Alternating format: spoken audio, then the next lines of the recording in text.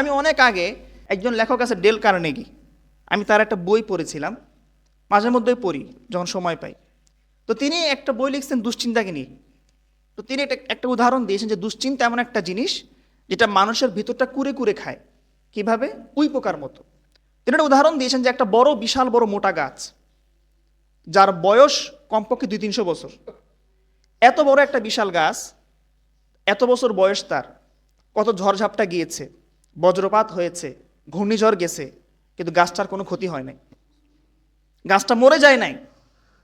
কিন্তু সর্বশেষ ওই গাছের গোড়ায় উই পোকা ধরছে।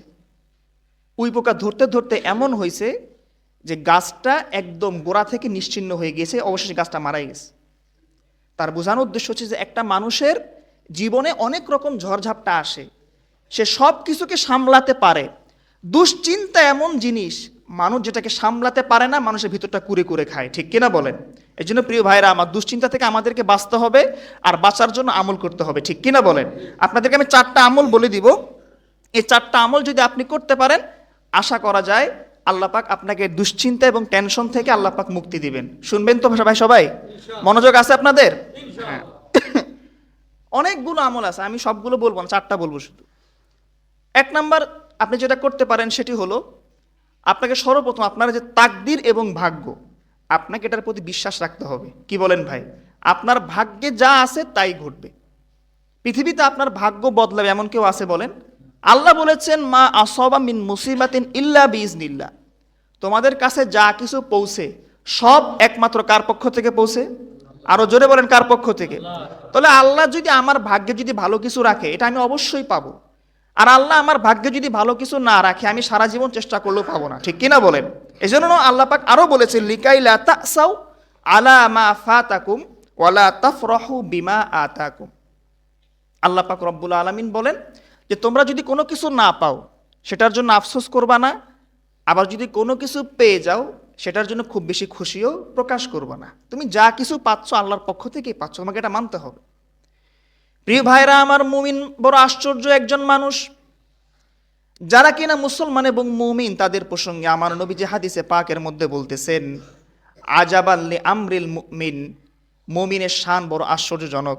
যদি মুমিনের জীবনে ভালো কিছু হয় তাহলে মুমিনের জন্য সেটাই কল্যাণকর, মুমিন আল্লাহর দরবারে শুকরিয়া আদায় করে। ঠিক কিনা বলেন? আর যদি মুমিনের সাথে খারাপ যদি কোনো কিছু ঘটে, সেটাও মুমিনের জন্য কল্যাণকর।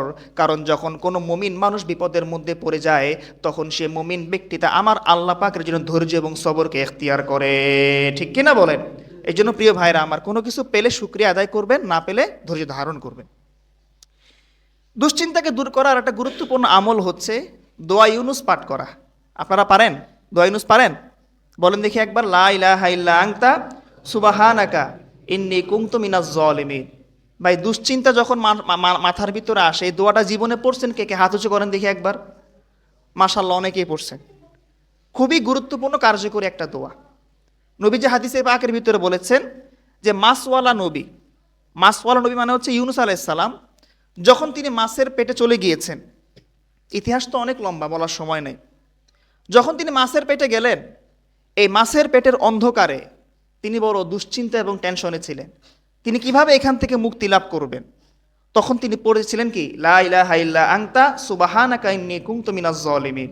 আমার নবীজি বলছেন, যদি কোনো মানুষ দুশ্চিন্তা এবং টেনশনের মধ্যে পড়ে, বিপদ মুসিবতের মধ্যে পড়ে, আর যদি সে ব্যক্তি দোয়া ইউনুস পাঠ করে, যত বড় বিপদ হোক আল্লাহ পাক তাকে বিপদ থেকে উদ্ধার করবেন। সুবহানাল্লাহ পাঠ করেন, সুবহানাল্লাহ। তাহলে 2 নাম্বার দোয়া ইউনুস পাঠ করা। 3 নাম্বার আমল হচ্ছে ইস্তেগফার করা। কি করা ভাই? ইস্তেগফার পারেন আপনারা? আস্তাগফিরুল্লাহ আল্লাযী লা ইলাহা ইল্লা হুয়াল হাইয়ুল কাইয়্যুম ওয়া আতুবু ইলাইহি। নবীজি বলেন, যে ব্যক্তি ইস্তেগফারকে আঁকড়ে ধরবে তার কি লাভ? মান লাজিমাল ইস্তেগফার জাআলাল্লাহু লাহু মিন কুল্লি দায়কিন মাখরাজান। 1 নাম্বার ইস্তেগফারের উপকারিতা হলো তার জীবনের সব সংকীর্ণতা আল্লাহ দূর করে দিবেন। চাকরির সংকীর্ণতা, চাকরি হচ্ছে না। রিজিকের সংকীর্ণতা, রিজিকে বরকত হচ্ছে না। কোনো ভালো কাজের সংকীর্ণতা, ভালো কাজ করতে পারতে, যত রকম সংকীর্ণতা আপনার জীবনে আসতে পারে, ইস্তেগফার এমন একটা আমল আপনার জীবনের সব সংকীর্ণতাকে সে দূর করে দেয়। সুবহানাল্লাহ পাঠ করেন। অমিন কুল্লি হাম্মিন ফরাজান। সেই সাথে আপনার যে টেনশন এবং দুশ্চিন্তা, ডিপ্রেশন, ইস্তেগফার পড়লে কি হয় ভাই? দূর হয়ে যায়। এবং 3 নাম্বার, ওয়ারাযাকাহু মিন হাইসু লা ইয়াহতাসিব। যদি বেশি করে আপনি ইস্তেগফার পাঠ করতে পারেন, আল্লাহ পাক আপনাকে এমন জায়গা থেকে রিজিক দেবেন আপনি যেখান থেকে কল্পনাও করতে পারেন না। ইস্তেগফার পড়বেন তো ইনশাআল্লাহ। তাহলে দুশ্চিন্তা দূর করার আমল বলছিলাম কয়টা? 4টা। 1 নাম্বার বললাম কি, তাকদিরে বিশ্বাস রাখা। 2 নাম্বার দোয়া ইউনুস পাঠ করা। 3 নাম্বার ইস্তেগফার পড়া। 4 নাম্বার আরেকটা দোয়া নবীজি তিনি সাহাবাদেরকে শিক্ষা দিয়েছেন। নবীজি বলেন যে আবু উমামা রাদিয়াল্লাহু আনহুকে তিনি বলেছেন যে আমি কি তোমাকে এমন একটা দোয়া শিক্ষা দিব না, তুমি যদি এই দোয়াটা পাঠ করো আল্লাহ পাক তোমার দুশ্চিন্তাকেও দূর করবেন, তোমাকে আল্লাহ পাক ঋণ মুক্ত করবেন। সুবহানাল্লাহ পড়েন। দোয়াটা হচ্ছে আল্লাহুম্মা ইন্নী আউযু বিকা মিনাল হাম্মি ওয়াল হাজানি ওয়াল আজাজি ওয়াল কাসালি ওয়াল জুবনি ওয়াল বুখলি ওয়া দালাইদ দাইনি ওয়া গলাবাতির রিজাল। ভাই সুবহানাল্লাহ পড়বেন। অনেক চমৎকার একটা দোয়া, অর্থটাও বড় চমৎকার। আল্লাহুম্মা ইন্নী আউযু বিকা মিনাল হাম্মি ওয়াল হাজান, আয় আল্লাহ আমি আপনার কাছ থেকে দুশ্চিন্তা এবং পেরেশানি থেকে মুক্তি চাই। ওয়াল আজাজি ওয়াল কাসাল, অলসতা থেকে আমি আপনার কাছ থেকে মুক্তি চাই।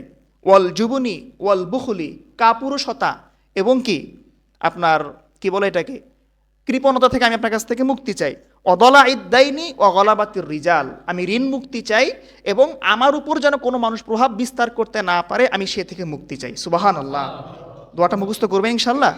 ছোট ছোট আমল ভাই আপনার জীবনের সব দুশ্চিন্তা, সব টেনশনকে ইনশাল্লাহ দূর করে দিবে। তো আজকে আমরা দুশ্চিন্তা এবং টেনশন অনেকগুলো কথা শুনলাম আর আমল শুনলাম। কথাগুলো শুধু শুনলে হবে না, আমল করতে হবে। যদি আমল করতে পারেন আপনি জীবনে শান্তি পাবেন ভাই। আল্লাহ আমাদের সকলের জীবন থেকে সব পেরেশানিকে দূর করে দিন। সকলে বলছে আল্লাহুম্মা আমিন।